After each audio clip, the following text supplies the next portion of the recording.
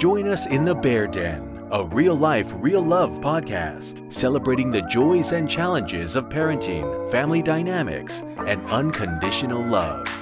Hey, my friends, welcome to another episode of the Bear Den podcast. Today, I have a great friend of mine. He is a We Are the They brother, and he is also about to be a first-time dad. It is Mr. Adrian Maco. Yes, sir. How you doing, dude? I'm good, Mr. Matt Burry. Thank you for having me today. Absolutely, mate. Thank you for coming down. Appreciate it. Yeah, thank you. So like we said right in the intro, you're going to be a dad.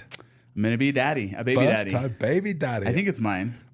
I'm pretty sure. We'll know pretty soon once it's Did you born. see that thing? What was it? I'm not trying to get all political and stuff, but there was something, I think there's some kind of bill that people are trying to push. I don't know if it's Utah or nationwide, that's like mandatory paternity tests, DNA tests, like after. Really? Yeah, which is weird. I didn't know. Is that just in Utah? I don't know. I want to say it's nationwide. I definitely saw it on a political page I follow, so I don't know if it's nationwide or if it's Utah, but the person that was speaking against it, and I'm like, that would be interesting. Yeah. Like you've literally just had a baby and then you have to have a paternity test and like it's like your wife and you know it's yours, but it's like you have to do it mandatory. I don't know what the reason behind it was. It's kind of weird, right? Anyway, that is kind of weird. Like you've just had the most amazing experience. You've just had a child with the person you love, and then you have to question whether it's yours or not immediately. And you know, even more messed up if it came back a negative, like not a match. I'd be like, oh shit, that's awkward, bro. That's really awkward. Yeah, like that's a trust thing right there. And then so kind of weird, kind of interesting. Anyway, that popped in my head. So talk about you. I know a little bit about you, but I want to share with my listeners. So born and raised in Salt Lake City. No, it's funny. A lot of people think I live in Salt Lake City. I don't. I live in Saratoga Springs, which is like 30 minutes south of Salt Lake City. But I grew up in Provo. So not born. I was born in Lima, Peru. So I'm Peruvian. Okay. And my whole family's Peruvian. But we immigrated to the U.S. when I was 3 years old. Gotcha. And it was what was the reason for that? What made you come over? Well, it wasn't my decision. I was 3 years old. but obviously with my parents, is economic opportunity. Gotcha.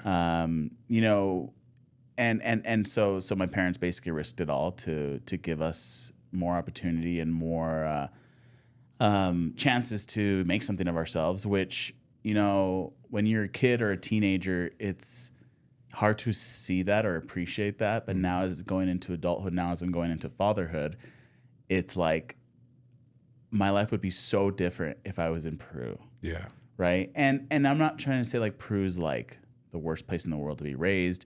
And, there's rich parts of Peru, there's third world parts of Peru, but like it's not the same, as here. Yeah. The opportunities that I have or have had here wouldn't even come close in Peru. Yeah. So yeah, they came over solely for, to give us a better life. They risked everything and just came with nothing basically. Wow. So yeah, and then we lived in California for like a year. I don't even remember that because I was so young. And then Provo. So I grew up in Provo. What drew them to Utah? We had, we already had like family here. Okay. So I think some of my uncles and aunts were already here. And they heard it was a good place to raise a family. The Mormon culture, the LDS church. Yeah. Had very good standards, things like that. They weren't extremely religious. So I don't think that was like the big thing. It was mostly just we already had family here, so that was like the big like indicators. Like, let's just go there, and we stayed. It's been good, Do you still have family back in Peru? Yeah, I've extended all my immediate family's here, but my extended family is some of them are there. I've got an aunt and uncle and a nephew still there. I'm actually sponsoring them right now with my real estate company to bring them over. Oh, awesome! Because they want to come over the right way. Yeah. And they don't want to just, especially with everything that's going on with the border right now, you could easily just do that. But they're like, no, we won't. We don't want to do that. But good for you. So that's been kind of cool. Now I'm like almost paying it forward. Yeah. Because my parents did it for me, and now I'm like, okay, well, yeah, I want to help them. So my business is sponsoring them to come over here, hopefully soon. I love that, mate. Yeah. I love it. Have you been to Peru and visited? Yeah, I've been back 3 times since I was born, but it's been a while. Last time I was there was like 2016. Oh, wow. So it's been a while, but I need to go back. I want to go back. I miss the food. I want to see my my family, and I already did Machu Picchu, but Kim hasn't done Machu Picchu. Oh, so have you done it? No, it's on my list. It's dope. It's definitely, it's insane. It's really cool. So I highly recommend that. Yeah, when they said that like last year that We Are the They was going to go to do Machu Picchu for one of the trips, I was like, oh man, I was so torn because it's been on my list for like since I was a kid. To go see Machu Picchu, but I also want to do it with Andrea. I was like, man, I can't go by myself because it, like the first time I see this place, I want it to be with my wife. Yeah, like totally. I want that moment, you know? Exactly. I was like, as much as I want to do it with my brothers, like I really want to do it with my wife. So when that kind of trip got pulled, I was like, okay. Not a bad thing. It's not a bad thing. Yeah, not exactly. a bad thing. But yeah, I really, really want to go do Machu Picchu. Like I'm obsessed with just going to go see that place and just the way it's designed and built on the freaking tops of mountains. Yeah, what's crazy? I think the craziest thing to me is the shapes of these huge like boulders. Like I'm not talking like 100-pound boulder. I'm talking like a 2,000-pound boulder, like as big as this room. Yeah. That somehow these Incans found a way to shape them and move them and build something with them. There's this thing called, I watched this whole documentary on it, and that and some other civilizations called Lost Ancient Technology. You heard of that? Yeah. It's wild, bro. I don't know if it was the gods that was helping them or like Aliens. or aliens or some shit, but like it's like how did they do that, bro? They didn't have our technology or our machines, machinery that we could possibly do that now. Yeah. So how the hell did these guys that, you know, didn't even have guns, they just had like bow and arrows and knives freaking lift these huge boulders? Well, that's what we think. There's actually, and I know this is going completely off the topic of parenting, and that's okay. That's my podcast. We can do whatever we want. There's actually a documentary, there's actually a series on Netflix, and I can't think of the name of it now, but they talk about ancient civilizations. And if you look at ancient civilizations from around the world, like Egypt and the Incans and the Aztecs and all this sort of stuff, they all have pyramids, yet they're 8,000 to 10,000 miles apart, which, 3,000 years ago, we weren't there was no real way to fly across the world to go. How do the Aztecs know that the Egyptians have pyramids? How are they the same dimensions with the same technology? And what they're basically saying is, back in the day, thousands of years ago, they were as technologically evolved as us. And then we had the Ice Age, and we lost everything. And it wiped it all out. So we've lost like the technology, we've lost the understanding, we've lost the evidence that there was a greater technology, but then there was a cataclysmic event, which if you look back in time, they all seem to indicate a great flood. Like the Egyptians have it documented, the Aztecs have it documented, the Mayans have it documented. Like they all have happened to document this great flood, right? Which they think it was the cataclysmic event that like reset Earth. Right. And the things that were left were the pyramids and were these great engineering feats that nobody can understand because we don't have the evidence. Where's that gone? And it's like, and then it makes you think like, is this a cycle? Are we just in another cycle? Exactly. And the sea levels are rising. So it's like, that's what we're heading towards. So like in another, 2,000-3,000 years, like is the slate wiped clean again? So and then there's a new regeneration, a new birth, and people are going to be walking around going, well, where do these skyscrapers come from? Right. Like, how did they build these? What are these things with wheels? Like, what did they do? And you know what I mean? Like, we just lose all the evidence. What is this Tesla? What's a Tesla? Like, what's electricity? You know what I mean? Like, we lose everything, and then people go back to hunting and gathering and, wearing loincloths and chasing deers and lions and to eat. So wild. It's bizarre. Oh, I tell you could go down a rabbit hole. Yeah, you could. For days on where the world's come from. So coming from Peru, let's get back to parenting. That's how. Then we put the world to rights, and everybody understands where the Egyptians come from. Exactly. It's all aliens. So growing up in Peru, so you've got siblings? Yeah, so I've got 3 sisters and an older brother. So I'm the middle child. So middle child, yeah. So I've got 2 young twin sisters. They're like 4 years younger than me. Then I've got an older sister who is 4 years older than me. And then my older brother's like 6 years older than me or something like that. He's always much older than me, so we weren't super close growing up. But be pretty close with like your sisters and all that sort of yeah, stuff. way closer to my sisters. So I kind of grew up around like women.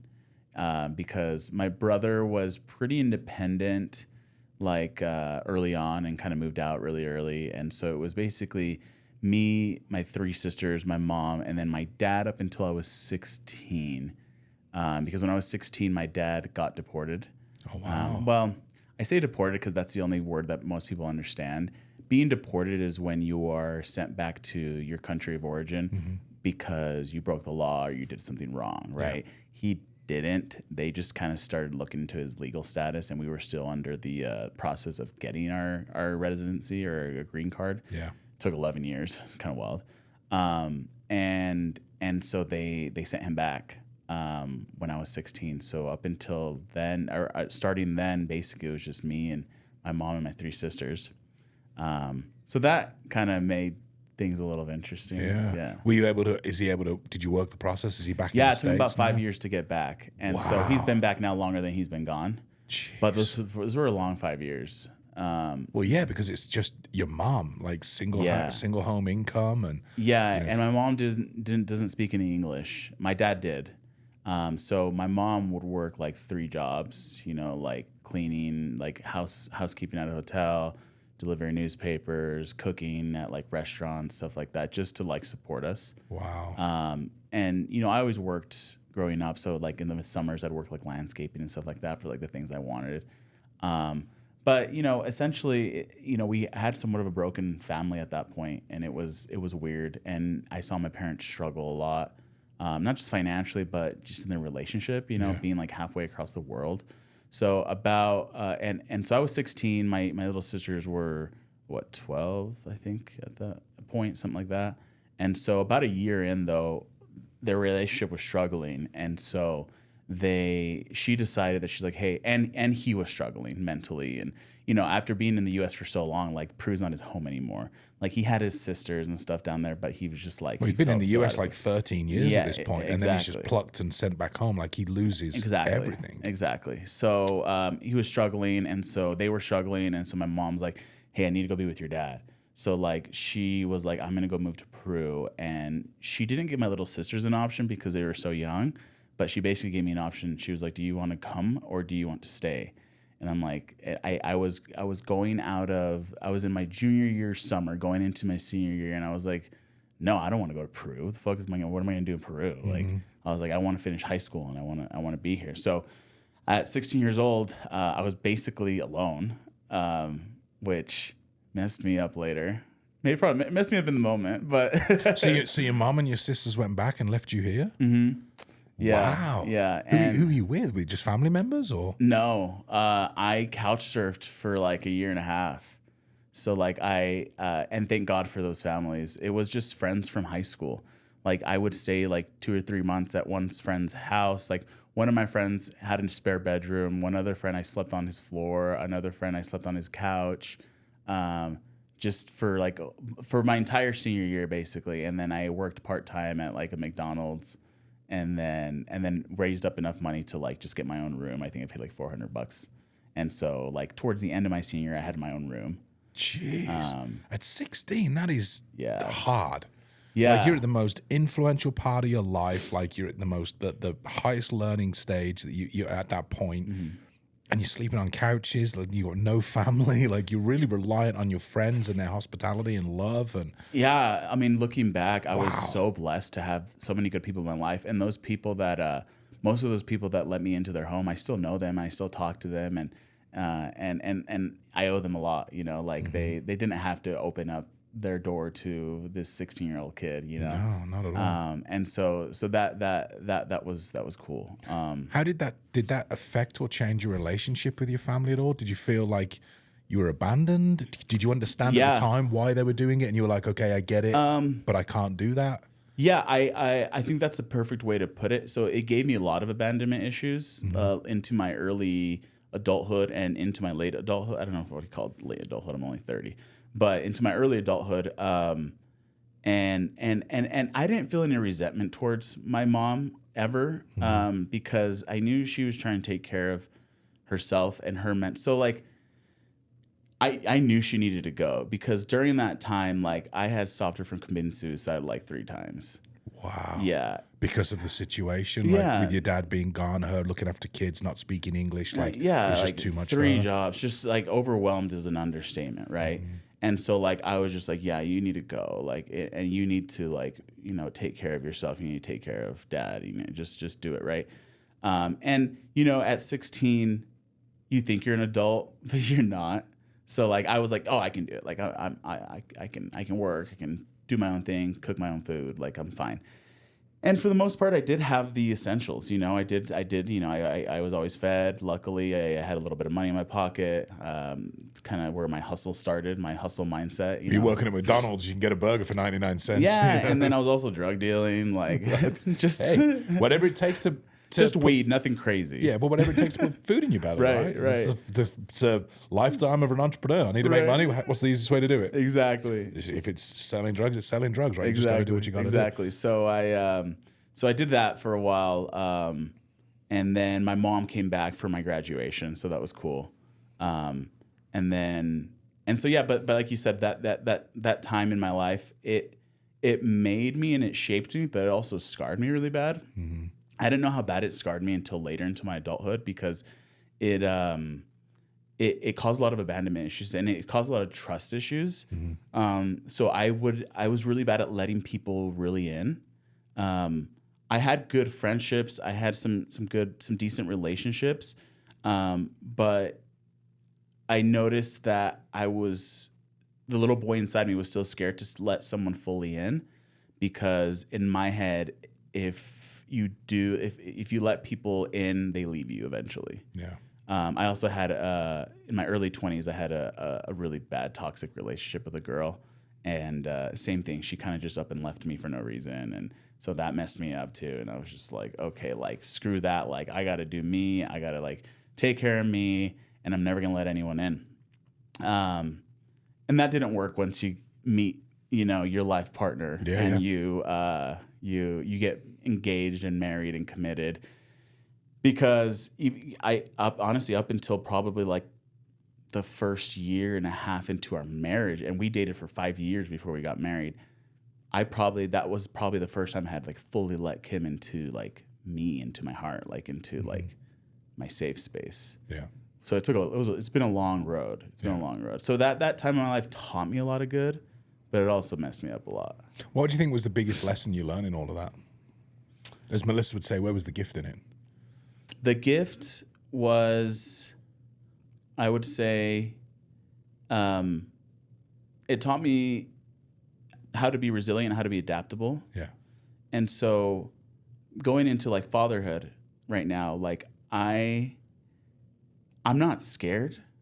I'm really not nervous, because what that taught me what to do in my life, and it's shown in many areas in my life, in my professional life, things like that I'm a very adaptable person, and I'm very good at just going with the flow and figuring it out as I go, because I was forced to at 16. Yeah. Right. Yeah. And so that's why it's like when I like got into real estate, or when I left and started my own team, like I was like, I'm gonna make this work. Like I don't know how I'm gonna do this, but I've got somewhat of a plan, and I'm just gonna go for it, and whatever happens, happens. And I'm really good at rolling with the punches, And so that's what I'm gonna do with fatherhood. Like I'm just be like, I know I gotta feed him, I know I gotta change him, and the rest I'll probably just YouTube it.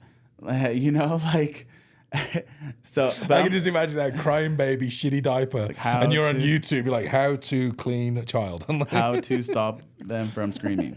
Oh, don't shake them. Got Don't it. shake Don't them. sh- Don't okay, shake step them. one, don't shake them. Got that. Oh, so what's your relationship like with your parents now? Is it as strong as it was before 16? Is it strained? Good. It's good. They're different. Okay. I wouldn't put them both in the same bucket. So me and my mom were very close. Mm-hmm. My mom is like my hero. She is the perfect example. She taught me how to work hard. Mm-hmm. By her example, and so like that's why I attribute my hard work and grit to get things done and succeed in things that I want to do because of her. Because I saw her do it, and I saw her struggle, and I saw her push herself. And so me and my mom have always been very open with each other. Like she knows everything about me. She knows about every drug I've done, every woman I've slept with. Like she knows 99% of the things about me. There's maybe a few things she doesn't know about me now, but so me and my mom very close. And it's always been like that, even before my dad left. The hard thing with my dad is before he left, we didn't have the best relationship. We didn't have a bad relationship.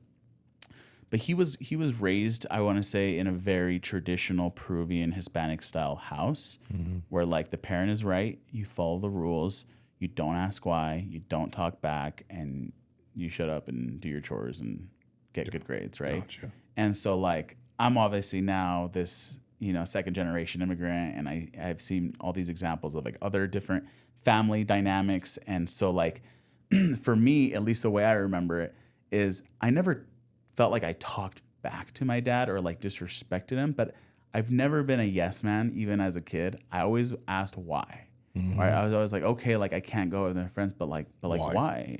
I just want to know why. It's the most infuriating question as a parent. And right. And I'm sure I'm going to experience that as a parent, right? But he would never it would never be a dialogue. It would always be a hammer that just dropped. And so he'd raise his voice a lot. Sometimes he'd discipline me, spank me. And it was never abuse, so I don't want to say it was like abuse, but I was about to say that. He would spank me, things like that.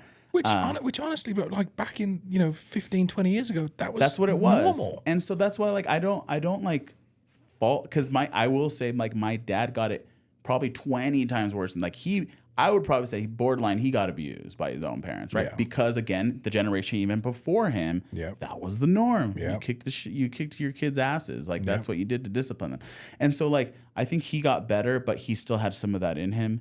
And so, but for me as a kid, emotionally, like I didn't feel connected to him. I didn't feel like I could go and like talk to him and like open my heart up to him. Mm-hmm. My mom, I could talk to her about anything. And so the shitty part is that once he left when I was 16, he now I think realized like, oh shit, like now one, it's going to be really hard for me to have a relationship with my kids, and two, maybe I should have done a little better. And so now he started to try to maybe overcompensate a little, and he would talk to me over the phone, tell me he loved me, things like that. And I knew he always loved me, but I don't remember before he left him saying it a lot. So and maybe he did, but I don't remember. And so now then when he came back, and even now, honestly, it just feels a little, and it's been really long, but it feels a little unnatural for him to be affectionate towards me. Yeah. It just feels awkward. Yeah, and it almost doesn't feel genuine. Yeah. It almost feels forced or staged. I don't know if stage is the right word, but yeah. And so me and my dad don't have a bad relationship, but we don't have a great relationship. It's kind of just a relationship. Just that.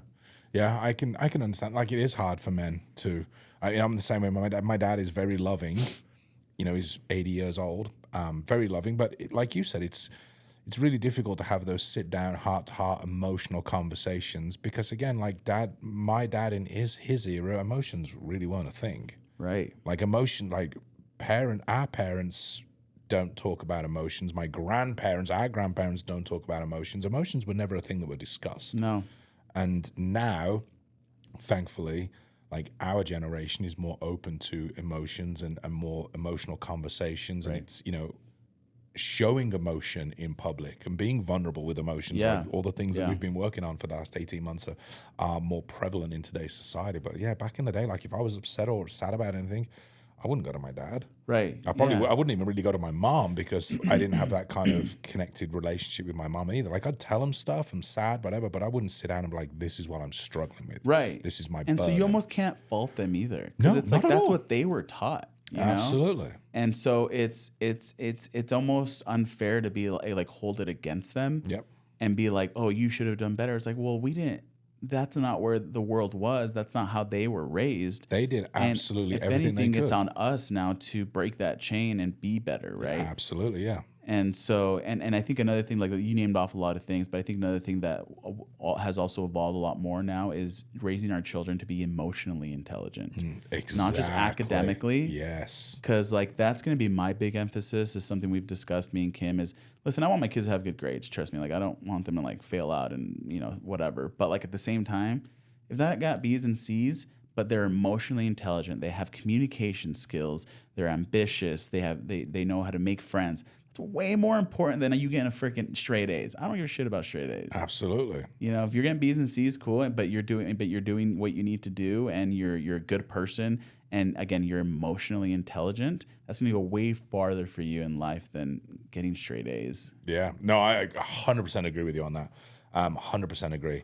Yeah, I think children of today are wanting that emotional connection. You know, I think with everything that we have going on in the world that's different from when we were kids, like social media and all this sort of stuff, the external poison that we can easily get our hands on and our kids can get our hands on, like having emotional intelligence to understand that this is social media, this isn't real life, this is just a one snapshot of a moment in time which looks perfect but really isn't. You know, happiness isn't because of this. Like learning that is going to be so important for our children, because there are so many things out there that just wanted to poke you and push you down and say that you're wrong and say that you're ugly and say that you're fat and da-da-da-da-da. You just got to get past that, and emotional intelligence is going to be a part of that, because you're going to meet kids who that's their life. They just live through the lens of social media.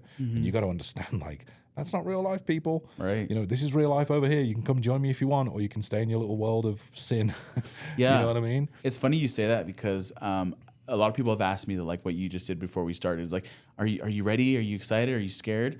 And you know what's funny? Like I told you, like, I'm not scared to be a dad. I'm scared to bring a child into this messed up world. Yes. I'm scared about the world and the external factors coming into my child's life.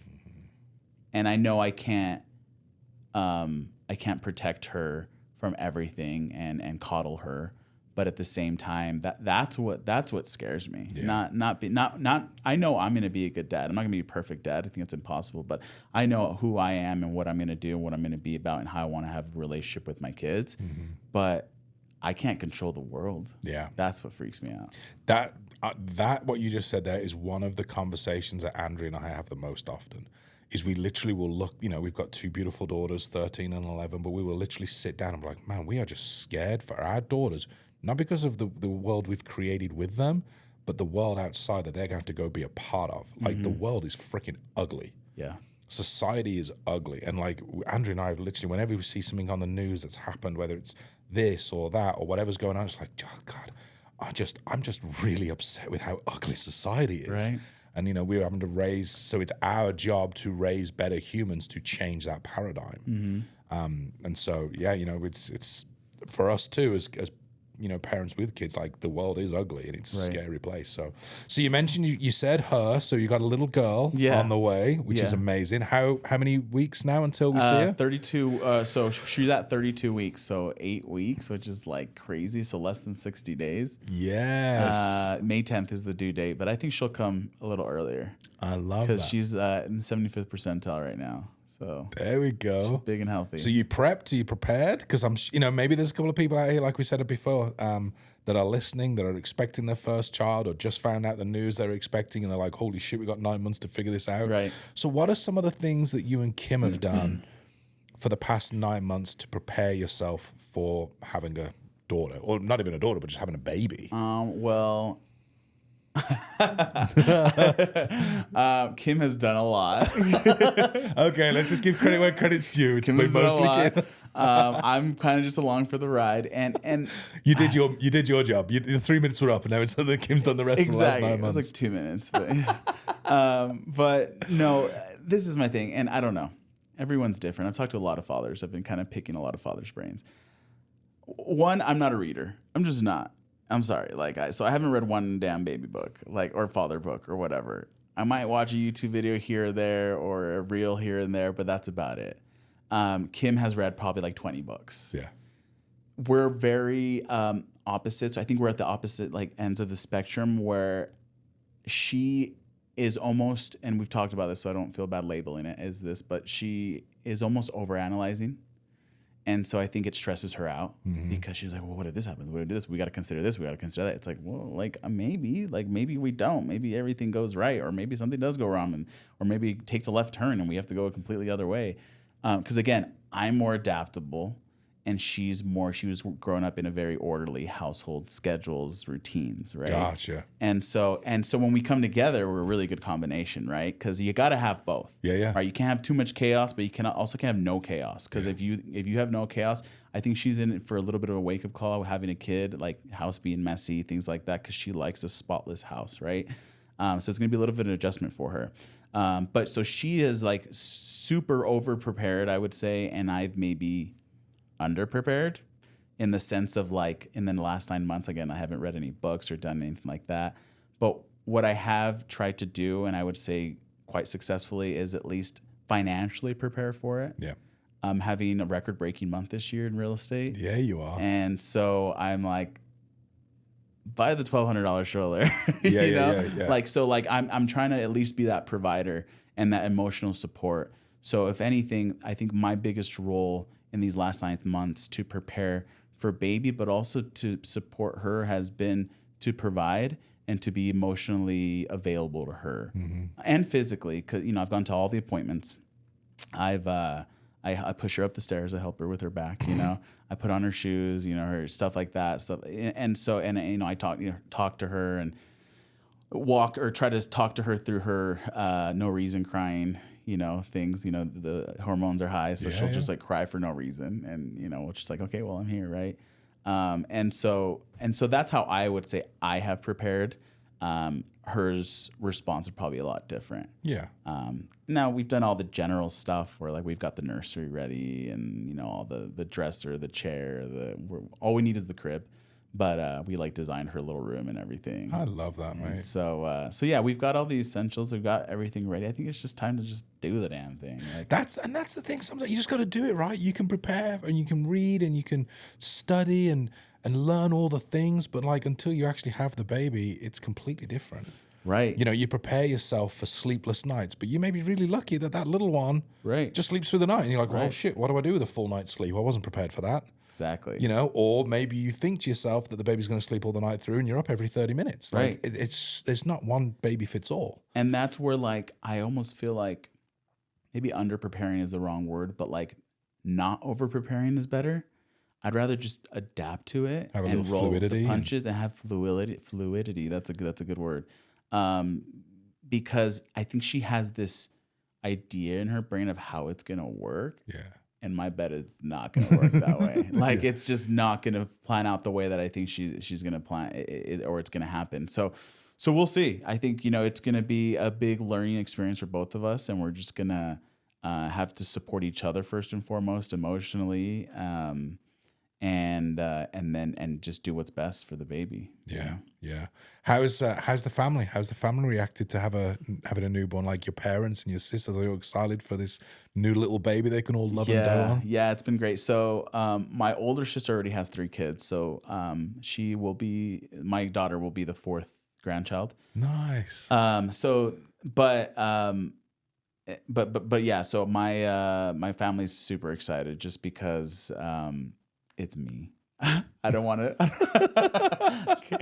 I'm the favorite.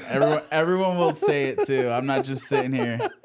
And so my mom is stoked, right? Not that she doesn't love her other grandchildren, but she's stoked that it's mine, and they love Kim too. So Yeah. So they're very excited. It was a long road to conceive for us. It was like almost 2 years. Okay. So they were kind of along for that ride, but not really. Like we didn't give them all the details, but they know that we had been trying for a while. So it's been a long road to even get here. So everyone was super excited once we actually, got to a point where it's like, okay, like this is happening. We're pregnant. Like, Yeah. What's your thoughts and feelings about having a girl first, being a girl dad? Well, Bracken says it's a built-in babysitter. Amen. So I got 2 of them. I know, right, Amen. right. I want a boy for sure still. So hopefully God blesses me with the second one that's a boy. But I'm okay with it because again, I kind of grew up with women. Yeah. So like being in a household with 2 women, like that's fine by me. Like I feel natural about that. Like, Yeah. so I feel already protective. So we'll see how that goes. doesn't stop. Yeah. It doesn't stop, bro. I'm sure it just gets even It just more gets and more. worse and worse and worse, and you just get more protective. And I got two of them, right? And there are so many things with girls. I've never had a son. I have two older brothers.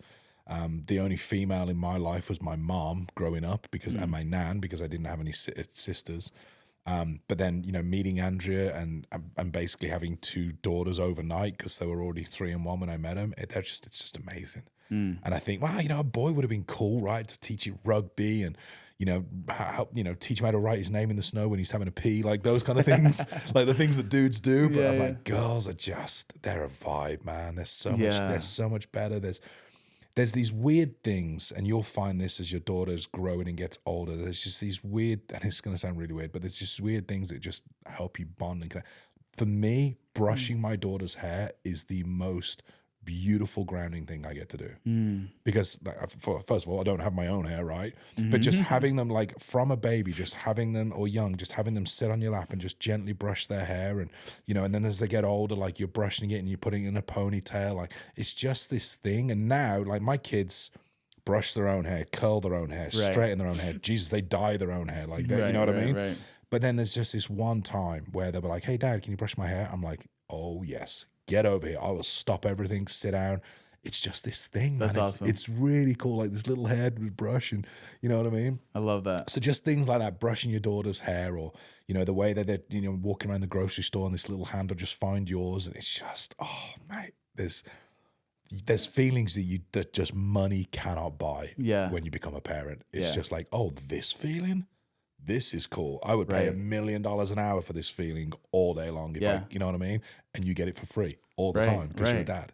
Right. Yeah. Having your own kids, I've been told many times, is the most beautiful part of life. Oh, yeah. And it's stressful, dude. And there's times we're going to pull your hair out and you look at them and like, why are you doing this, dipshit? Like, that's not the way this family does things, but it's a teaching moment. And you got to remember that they don't know what they don't know. And you know more than they do. And, you got to be flexible and fluid and love and teach and pull and push. And, it's going to be hard. I know that. Like anything worthwhile doing is going to be hard. Oh, absolutely. Whether it's parenthood, whether it's business, whether it's a relationship. That's like marriage is like the hard. Like I was talking to Josh Showers, he just got engaged. I was like, marriage is going to be the hardest thing you're ever going to do up until, you have kids, right? Yeah. But it's the best thing too.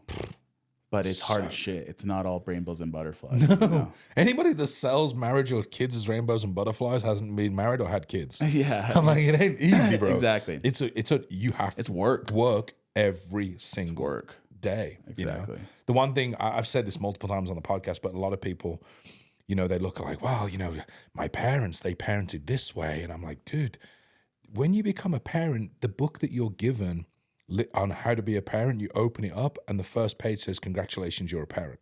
Every page after that is blank. It's for you to write how to be a parent. You can take things that your mom did that, resonate with you and that you love and meant so much to you, and you can take that and pass that on to your daughter. Same thing with your dad. Take things that he taught you and gave you and pass that down. But those are just little things. Like you're your own individual with your own energy, your own vibration, and that's the way you have to parent. So anybody that says you're doing it wrong, well, hold on, you're doing it your way, I'm doing it mine. There's no right and wrong way about parenting. Now, unless you're, racked out on heroin and your kids are over here playing with bent, dirty needles, like that's a wrong way of parenting. But if if your kids are staying up till 6, but your neighbor's kids are going to bed at 5, you're not wrong. They're not wrong. You're just doing it your way. Right. Just find your own flow. And really, the only people that get to call you a bad parent is your spouse. Sure. You and Kim get to have conversations about, I don't think we're the best parents we could be. Nobody outside, nobody else's opinion gives a shit. Like that doesn't matter. Yeah. You're parenting your kids my way, that your way, we're doing it our way. Right. And then just be constant with that. And just, like Mark McCormack, I spoke to him about parenting. He's like, find your core values. Find the core values that you and your wife, Kim, want to instill in your children. And then those are the core values you teach your kids, whether that's honesty, not lying, being true, whatever those core values are, family and faith, and whatever the core values are, then everything that you teach just has to be in the bubble of those core values. Right. And I think that's a beautiful way to look at it. Like, okay, mine and Andrea's core values are this, yours and Kim's are that. These are our family core values. Right. And then everything you do has a seed of those values in it. I love that. I think we have core values. Me and Kim have talked about. We always say, Macos do this or Macos don't do that, you know? Yeah. But I don't think we've taken the time to like write it down and like really like solidify it. So that's really good advice. Yeah. Yeah, it was something that hit me really hard with Mark mentioned. I was like, oh, that's beautiful. It's like, yeah, he goes, my kids don't lie. We literally in my house, we don't lie because we knowing that lying's wrong and telling the truth however bad it is better than lying about it. Right. So it's like, my kids just don't lie. He's like, it's one of our core values. The McCormick's don't lie. And I'm like, I love that. I love that. You know, so now even like and not that his kids do because his kids are great, but like if his kids were to break the Xbox controller because they were playing too hard and got frustrated and threw it and broke it, like his kids were like, Dad, I broke the Xbox controller, I got frustrated and threw it. He's like, okay, that was a wrong thing to do, but you told me about it. There's obviously a punishment or whatever, but you didn't lie. You told me the truth. Lying just makes everything worse. It just makes everything worse. And then you gotta, my dad said this years and years and years ago, good liars need a good memory. It's as simple as that. If you're going to be a liar, you've got to have a good memory because you got to remember all these freaking lies that you tell, and you got to carry them around. And you got to carry them around with you for eternity. Yeah, no. So just don't freaking do it. So, what are some of the things that you and Kim are most excited about having a baby, having a little girl? Holidays. I think once you get into a point of adulthood that you're just like Easter's fucking lame. Halloween for us, we're not big partiers, so that's fucking lame for us. Like, but once you have a kid, it's like, okay, Easter just got fun, Halloween just got a little more fun. Right now, we can do like a 3-way parent kind of like dress up, costume coordination kind of thing. So Kim's already, just so you know, Kim's already got it down what all of your costumes are going to be for the next 10 years. Oh, I bet. She's already figured it out. She's like, okay, when the little one's year 1, this is the family costume. The Invincibles will be in there somewhere, bro. God. Probably about 3 or 4, you'll go as the Invincibles. Right. Everybody does. Right, yeah. There'll be everything. So that's pretty, holidays are the So holidays best. are way cool. I've already felt it with my nieces and nephews, like, just having them around during like Christmas and Thanksgiving. It's way more fun with kids, Yeah. When you're just a bunch of adults sitting around on Christmas, it's kind of just like, well, this is fun, but like, you got to buy into. Well, we just talked about lying. You know that you've now got to buy into the biggest lie of all for the next fucking Santa. Oh, dude, Easter Santa, Bunny, Easter Bunny, Tooth Fairy, Elf on the Shelf. Oh, fuck that guy. You say that now, but you're gonna be part of it, bro. I was just talking to Kim about this the other day. I was like, people screwed us. I was like, is Elf on the Shelf shit? Like, there wasn't anything when we were growing up. No. And now these parents are just like, made us join this club we don't want to join. It's a freaking Elf on the Shelf cult. I'm gonna be in this goddamn thing. You're in it. So you're in it. When does that shit end? When did your kids stop believing in Santa and stuff? Probably. So our eldest Lily was probably about 2 years ago. She started to get smart because kids talk. She's about 11. She was 11, 12. So like kids start to talk, and then she starts asking questions, and then she's really smart. So she's like, Santa's handwriting's the same as mum and dad's. That's interesting. You know what I mean? And then she's like, well, how does Santa come down the chimney when we don't have a fireplace? I'm like, he has a universal key that opens every front door. You know what my parents would tell me? Because we always lived in condos and like townhomes and stuff like that. That he turns to magic dust and goes through the vents, the HVAC vents. And I'm like, oh, okay, gotcha. Because we never had a chimney either. I was like, oh, okay. So Santa is like he can just easy one, universal key. Universal. He has a universal key. He's got the master key. It's a master skeleton key. Opens every front door, just in case they don't have a fireplace. Okay. So yeah, that'll probably run out around about 11 or 12. Tooth Fairy ran out a couple of years ago too. So we realized. So now, my daughter Anna, she literally sat on the couch the other day and she's just like wiggling her tooth. I'm like, what are you doing? She's like, my tooth's loose. And she's like, 10 minutes later, she's like, clack. She's like, oh. There you go. And just hands it to me. I'm like, oh, is this the way we're doing it now? We don't even get to play the game. I know, right? Like, let's go take it. No, she's like, money, hands please. it straight to me. I'm like, there's 5. There's a tooth. So that kind of ran out when they were like 11 or 12. The Elf on the Shelf. I think this was the last year. We kicked the Elf on the Shelf. I think we're done after this. But then you got to find your exit strategy. Right. Because then you got to tell the kids, I have been lying to you for the past 13 years, but they've been happy lies. Well, yeah, and I think they'll understand your intention. But what do you tell them about Santa? You just sit them down and spirit of Christmas. Santa Claus is the spirit of Christmas. So it's our responsibility as adults to keep the spirit of Christmas alive through Santa Claus. So now we told Lily, like, the gifts that Santa brings isn't about the gifts, it's the spirit of Christmas. So it's your responsibility as the older sister to keep the spirit of Christmas alive by playing into this. That's cool. And she gets, and honestly, I read this article too about Santa, and it actually hit me really hard, and I never thought about it until I read this article. It said that it was somebody that wrote it that was like, we spend all this time and money on buying all these elaborate gifts, like the big Lego sets, the scale extras, the racetracks, the PlayStations. And we buy all these things for our kids, and we put Santa's name on it all. And then you've got other kids and other families who can't afford all of the big, nice gifts. And maybe they get a Monopoly, and it's from Santa. So then when those kids go back to school from different economic backgrounds, you've got these kids over here that got a PlayStation from Santa, and this kid over here that got a Monopoly board from Santa. Now kids start asking, why am I not good enough in Santa's eyes? Because I've been just as good as little Timmy. Right. Why didn't Santa bring me an Xbox or a PlayStation? And now it starts to put a seed of doubt in kids' heads that they're not good enough. Through Santa, through a made-up fictional item, we're now putting into their kids' minds that they're not good enough because of the different level. I never thought of it that way. Right? I never thought about this. So this guy in the article said, why don't we do this?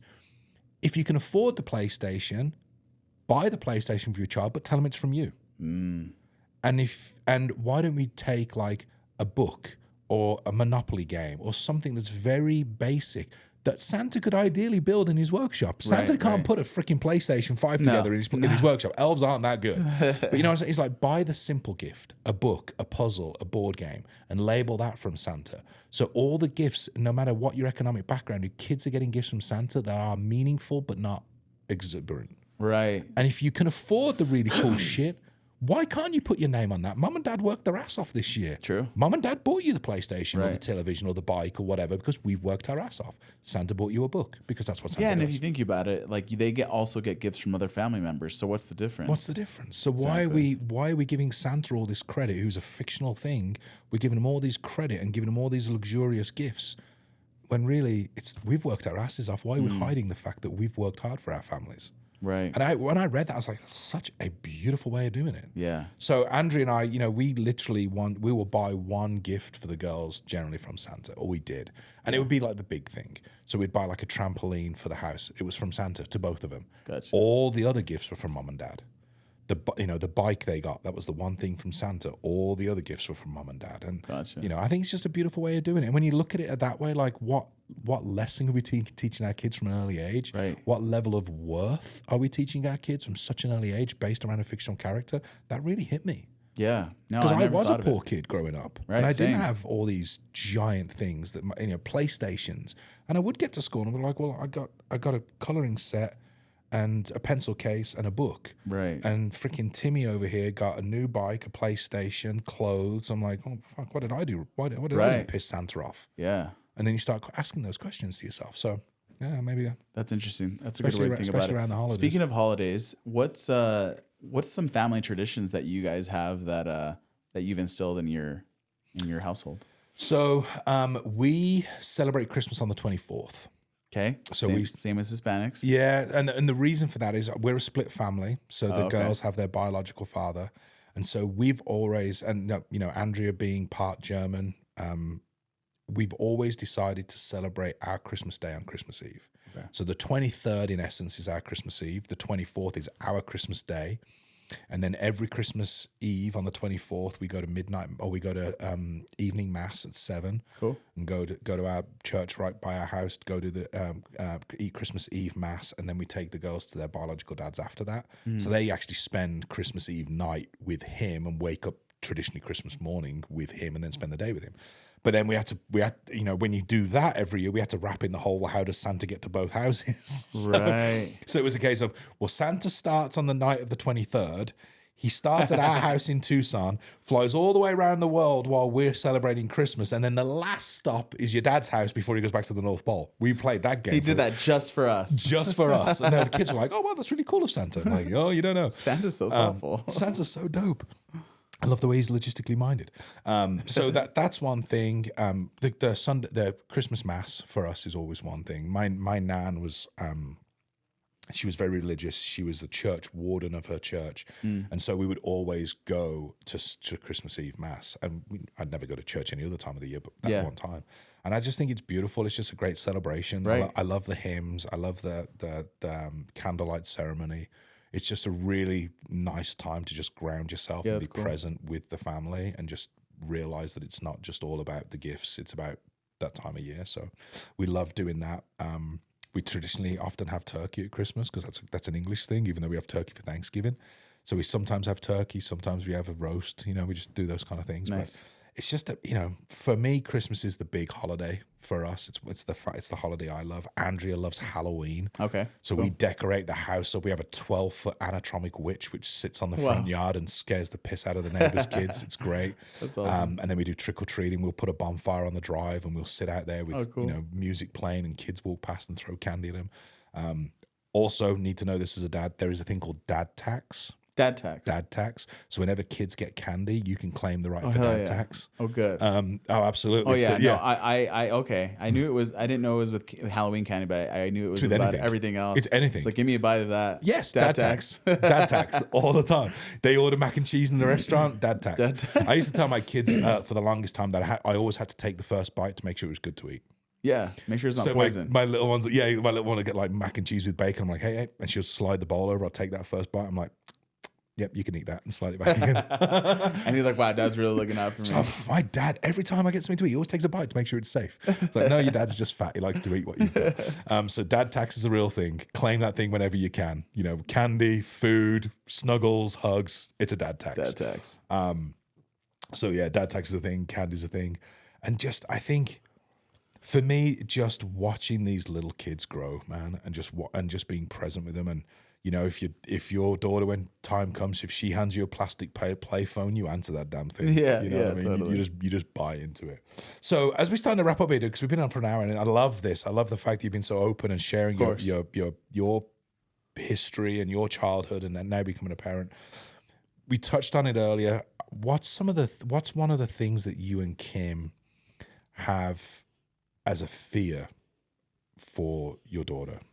Like growing up, I know you mentioned like the economics of the world, the way the world's looking. But what's something closer in for you and Kim that's like, this is a fear of ours?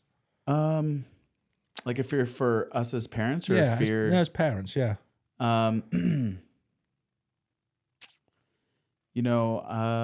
a hard question. I would say maybe I can't speak for Kim, but I can speak for myself. I don't ever want to repeat the mistakes that my parents made, or repeat the. And mind you, obviously, we were put in kind of a hard situation, so like I think they did the best with the hand they were dealt. Mm-hmm. But I never want to catch myself find myself in a situation where it's like I just disciplined my daughter or said something or did something that I'm like, holy shit, like I just sounded like my dad. Yeah. It's like, oh fuck, like I messed up. Like, Mm-hmm. And I guess that's my biggest fear, because I wanna break those chains, those trauma chains, and I want to be better than they did. And then I want my kids to be better than I was. Yeah. So I think it's our responsibility to just level up every generation. Mm-hmm. And so I would say that's my biggest fear is falling short of my expectation of myself as a father. And that's okay, dude. Yeah. That's okay. I've been the same way. Had that same conversation. Like I don't want to be like what my parents did. I want to be better. But my parents actually did, like our parents did a great job. Like you're a great human being. Right. You have phenomenal work ethic. You have a loving family. You haven't turned out terrible, mate, considering the upbringing you had. So, I think you can give yourself a little grace that if you do something that is repetitive or is something that your dad would have done, as long as you catch it and then turn around and say, okay, I could have handled that better. That wasn't the Adrian Maco way of handling that. That was that Papa Maco. I just got to make that change. I got to make that adjustment. Right. I also think one thing is when the kids are old enough, if you find yourself doing something that you don't agree with, is go back and apologize. Right. I did this to my youngest daughter the other day. Actually, she said she was going to do something and she didn't do it. And I snapped. I didn't snap terribly. I was like, what the heck are we doing? I was like, better than that. That's not what we do. I'm like, come on, that's not how we've raised you. You are better than that. Right. And she kind of got upset and she kind of, and I was like, yeah, you need to learn the lesson. I'm like, yes, I'm harsh because you need to learn the lesson. And I could see she kind of got upset and withdrew about it. And I kind of sat there and thought about it. And I was like, okay, Matt, you've just made that a way bigger deal than it needed to be. I'm like, you're an idiot. That's what your dad would have done. So I kind of sat there for a minute and I was like, fuck. So I just went in and I just sat down. I was like, hey, come here, kiddo. I sat her on my lap. I was like, I'm sorry. It's like, I should not have handled that the way I did. I said, the reason why I handled that was because I was upset because you didn't say what you were going to do. That's not the way we've raised you, but I also could have handled that better. And she was like, okay. And I said, so I apologize for speaking to you the way I did, but do you understand where I came from? She goes, yeah, Dad, I get it. I said, but okay. I said, I just apologize and I could have handled that better. And she literally looked at me and she went, that's okay. I was like, okay, well, you know I still love you. And she's like, oh, of course. And she's like, I'm sorry that I made you mad. I'm like, you shouldn't have to apologize for that. I should have handled it better. So we just had that conversation. I just apologized to my 11-year-old. Right. And she got it. And she gave me a giant hug. And she went and did what she should have done 2 hours ago. She just did that thing. Right. But I think as parents, we sometimes feel like, I don't need to apologize to my kids. Right. I'm the parent, they're the kid. That was a teaching moment. Yeah. You get a lot further with honey than you do with vinegar. Right. No, I very much have planned on doing that, as humbling myself when I think I've been doing that a lot in my life already lately. And it's like when I know I'm wrong about something, I was like, okay, I need to apologize. And selfishly, it's more for me because I'm not going to feel good until I do it. Yeah. You know, and obviously the other person might, you know, deserve that apology as well. But at the same time, it's like, okay, now like literally just the other day, we were driving and there was this guy who was just riding my ass, and I wasn't in a hurry, so I was just kind of going the speed limit, whatever. And then he decides to like swerve around me and speed up in the oncoming lane, and it's in our neighborhood. I'm like, dude, like that pissed me off. I was like, this is a residential area. There's kids outside. Like, what the hell are you? So I didn't want him to, you know, beat me, so I sped up. And I've got a Tesla, so this guy's not beating me, right? And Kim's like, stop. What are you doing? Just let him go. Yeah. And I was like, no, fuck this guy, right? And then eventually I slowed down, let him go, whatever. And then I sat there for like 10 minutes and I was like, I let that guy get the best of me. Yeah. I let him bring out this negative energy in me. And I embarrassed myself in front of my wife because I didn't react like a man should. I should be able to control my emotions and just let that guy go.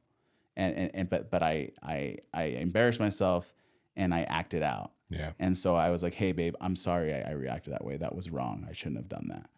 And I was like, so I apologize. I love that, man. Yeah.